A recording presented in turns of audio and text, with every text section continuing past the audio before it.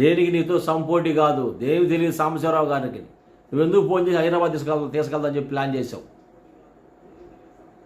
ఎవరు డెప్త్ అంతా తెలియదా? ఎవరి దగ్గర సబ్జెక్ట్ ఏముందో తెలియదా? నీ వీడియో కింద కామెంట్ చూస్తున్నావా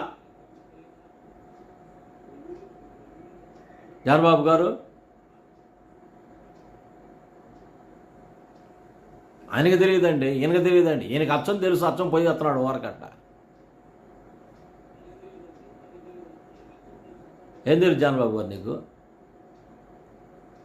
వాళ్ళు తట్టుకోలేక సాంబశివరావు గారు దెబ్బ ఫోర్స్ తట్టుకోలేక సాంబశివరావు గారు లేకపోతే మనం ఆడింది ఆట పాడింది పాట ఉంటుంది. ప్రతి ఒక్క మందిరాల దగ్గర మనం గొడవ చేసి మనం పంపిస్తున్న వాళ్ళ దగ్గర అందరికి సపోర్ట్, వాళ్ళకి దీటైన సమాధానాలు ఇస్తున్నాడు. ఎక్కడ పోతే అక్కడికి వాళ్ళని ఎదుర్కొంటున్నాడు.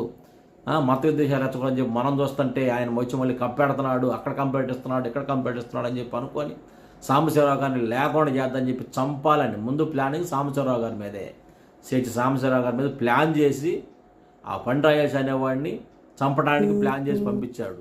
వాడు పోయే క్రమంలో ఇంటి దగ్గర లైవ్ ఇచ్చి నేను సాంబశివరావు గారిని చంపుతున్నాను అని చెప్పి వాడు బయలుదేరి వచ్చాడు.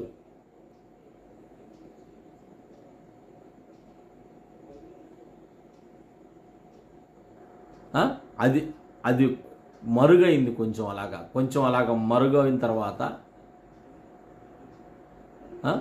బైబిల్ గ్రంథాన్ని వక్రించి మొట్టమొదటిసారిగా పుట్టా సురేంద్ర కరుణాకర్ గాడికి కొన్ని లక్షల రూపాయలు డబ్బులు ఇప్పించి, జానబాబు గారు తెలియకపోతే పుట్టా సురేంద్ర ఎవరైతే ఉన్నాడో ఇలాగ కరుణాకర్ గాడికి కొన్ని లక్షల రూపాయలు డబ్బులు ఇప్పించి బైబిల్ గ్రంథాన్ని వక్రీకరించి 2 బుక్స్ రాపిచ్చాడు. నీ నోరు లేకపోలేదే? అక్కడ పోయి కలిసిమెలిసి పోయి భుజాల చేతులు వేసుకొని వచ్చి పోయి అందరూ కలిసిమెలిసి తిరుగుతున్నావు కదా. అరే గాడిద, ఈ పుస్తకాలు ఎందుకురా నీకు? మా బైబిల్ గ్రంథాన్ని ఎందుకు వక్రీకరించి అని చెప్పి మాట్లాడవచ్చు కదా. నువ్వు ఎందుకు రాసే బుక్స్ అని చెప్పి వాడిని తిట్టవచ్చు కదా. వాటి వల్ల నీకు ఉపయోగం అని చెప్పి వాడిని తిట్టవచ్చు కదా. ఎంత ముట్టి జానబాబు గారు నీకు? నాకు అనుమానం వేస్తుంది. ఇక్కడ ఒకసారి చంపకపోతే మిస్ అయ్యారు, రెండోసారిగా నీ ద్వారా ఎవరు తెలియదు సాంబశివరావు గారు నిలబడితే కరుణాకర్ గారు ఎదురుగా సమాధానం ఇస్తాడా?